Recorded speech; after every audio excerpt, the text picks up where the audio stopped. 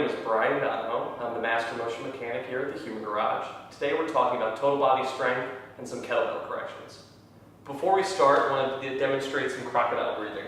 So crocodile breathing can be on the ground. This is a great way to start your exercise routine. Our bodies are constantly in stress with modern day stimulations that are happening. Everything is pulling us out of a reason why we should be balanced and relaxed. So, de-stressing, Alex is going to breathe into her pelvic floor. Pelvic floor is down here, using that diaphragm to drop all the way through. The reason I call it crocodile alligator breathing is, the stomach will expand. What we're looking for is this 360-degree ring of a breathing zone.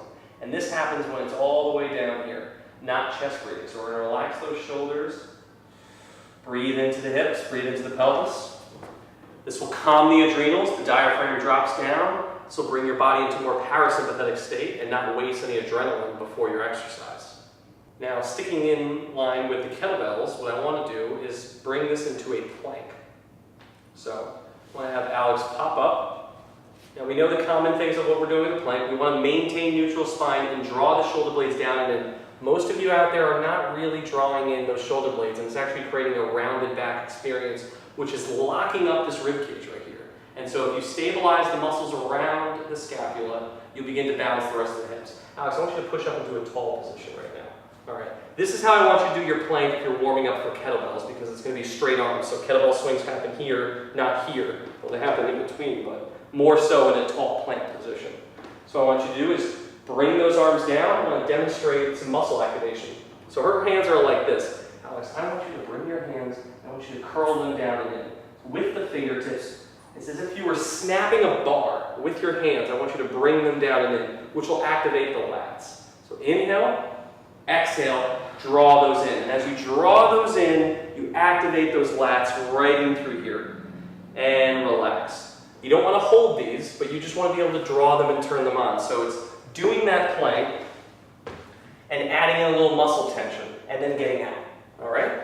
Another one I want to do is work the plank position, but without being in a plank, and really focus on that anterior core. So when we get to it later, when we're at the top of the swing, people tend to arch and extend their back, creating more pressure and anterior shifting of the low lumbar spine.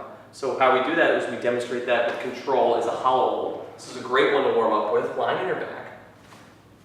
Bend your knees. Okay.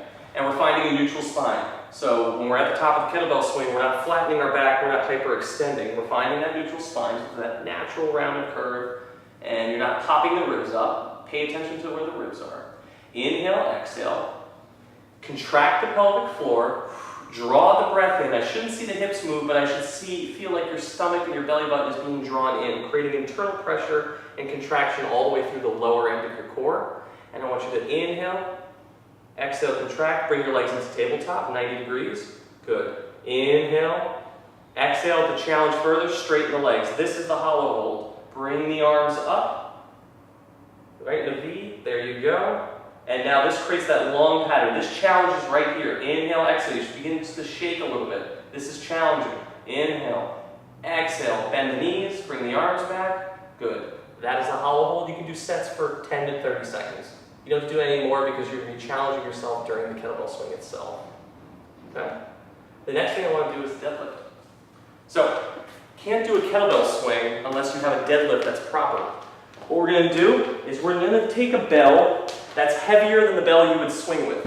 Because this is a deadlift move, this isn't a dynamic hyper exercise, you're going to be focused more on mechanics. And we need enough of a feedback that's a heavy enough weight to really challenge your core. So what you're going to do, Alex, you're going to stand right over the bell, just like I am. Okay? Good. Line that bell up with the heels. Now, so to break down the deadlift, we actually have to initiate the very first part. So if you look at a child, like a 2 or 3-year-old, and you watch them pick up something that's a little too heavy for them to just squat up, they'll do this beautiful, natural, ingrained genetic pattern of a hip hinge that's beautiful. And they'll go down, they'll stick their butt back, and they'll just hinge it right back up. It's beautiful. But we lose that as adults. And unfortunately, because of modern day technology, sitting, driving, stimulus, slouching in the sofa, we lose that natural mechanism.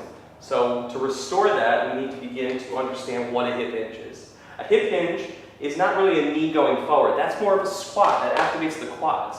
A hip hinge really drives strength from this posterior chain, working as one to slingshot your body back up. And it uses a whole long line of chain muscles versus a squat, which is really pressing your legs into the ground, primarily driving the front of your body.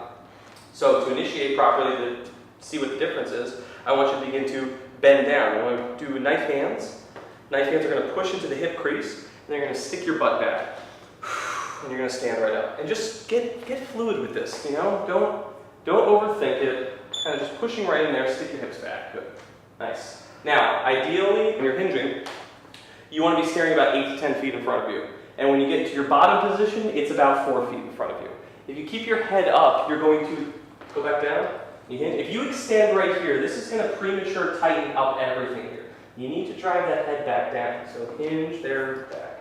So after you fluidly move through the hinge, you're able to initiate with this movement that doesn't push you forward, it sticks your butt back.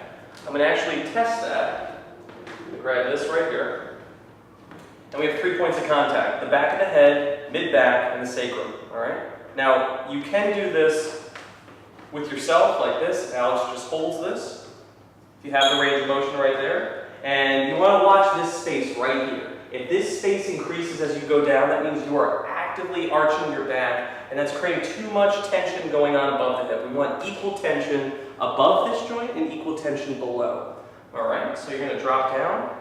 Good. Alice is really focusing on keeping that, and back up. Now, I want you to hinge a little bit more, less of a squat, so stick your butt way back there. Good. Drop down. Some of you might feel like you're going to fall back. That's okay. You're learning that happy medium. As long as you're not really pressing your knees forward. Good. To start, I'm going to show you when it's okay to actually bend your knees a little bit.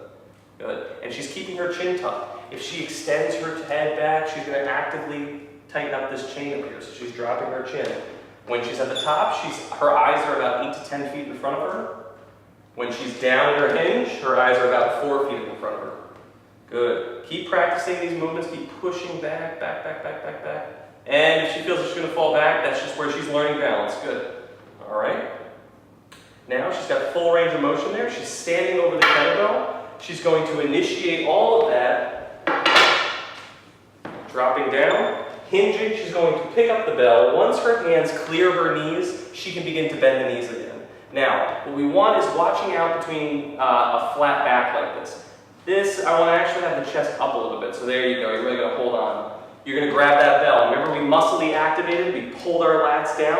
I want you to grab the bell, snap it in half, imagine, and pick it right up. And hinge back down, slide your hands along, all the way up, and back down. So you really want to slide that bell way back towards your heels, good. And back up, good. Now watch the squat, you want to hinge, really stick your butt back. Hinge, hinge, hinge, hinge, hinge, good. Back up. And one more time, hinge. Now you bend your knees once your hands clear the knees, good. Back up. Good. What you also want to watch is when you hit the bell on the ground, don't totally relax. Keep it engaged. Just tap the ground right back up. Tap the ground. Bang, right back up. Good, good. The biggest cue I can say when you get down to this bottom piece, one more time. Ready? Don't pick your chest up. Push your legs into the ground to get back up. Don't pick your chest up. Push your legs into the ground. Good. There's a difference. I want you to play with that. If you pick your chest up, you're going to feel it in your low back. If you push your legs down, you're going to feel your hamstrings and your posterior chain activating properly. All right, you place that kettlebell down. Good. All right, the next thing, you're going to grab a lighter kettlebell than you're going to deadlift with, a much lighter one because we're going to be moving this dynamically. Place this kettlebell right in front of you. Now, as if you're standing over the bell and you're going to do your deadlift, I want you to get back into your hinge, and the kettlebell should be just as far as you can maintain this position. You shouldn't be reaching out like this. You shouldn't be here, and you shouldn't be here. You want this fully extended position right there. The reason you want to do this is because the very first move is a hike, all right? It's not standing up. It's here, and it's swinging out, okay? So what you're going to do is you're going to swing it back. That's the first point. And place it down just like that, okay? We're not picking up the kettlebell and initiating with our arms. A kettlebell swing is driven by the cornerstone of your hip movement. And that hip movement is hinging and driving, all right? So if you start using your arms, you're not really getting the purpose of the kettlebell swing down. Okay? So you're creating that inertia by starting it out in front of you. You hike it up to your groin, and then once your hands hit your thighs, you engage this already stretched out posterior chain, and you drive your legs into the ground. And by driving your legs into the ground, maintaining neutral spine, you'll create this momentum, and the bell should land about here. When the bell comes back down, you're not hinging yet. You begin to hinge when the bell and the arms come to here. And it's like catching an egg. As if you were to catch an egg, you come with it. So once your legs and once your arms come down, they hit here, you slingshot your hips back, creating tension, tension, tension, potential energy. Drive your legs into the ground, and bang, you're right back up. So to demonstrate that, grab the bell, get into that engaged position. Remember we talked about the plank and the lat pull down? You're also going to do that right here. Breathe in, and when you begin, exhale, get tight, hike. Pay attention to my breath.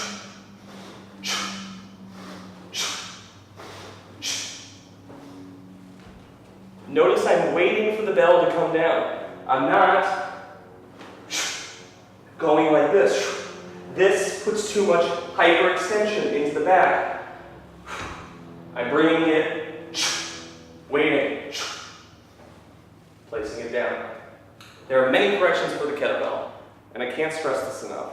If you're not proficient in the kettlebell swing or you're new to exercise, even if you're quite advanced, you should always use a second pair of eyes when doing dynamic movements that require a heavy load. Someone else that can cue you to something you're not paying attention to. The kettlebell swing is a highly effective exercise, but if done improperly, can really put some stress on the body. The reason we're training kettlebells is to create explosive performance, and performance is only achieved when stability and mobility are fully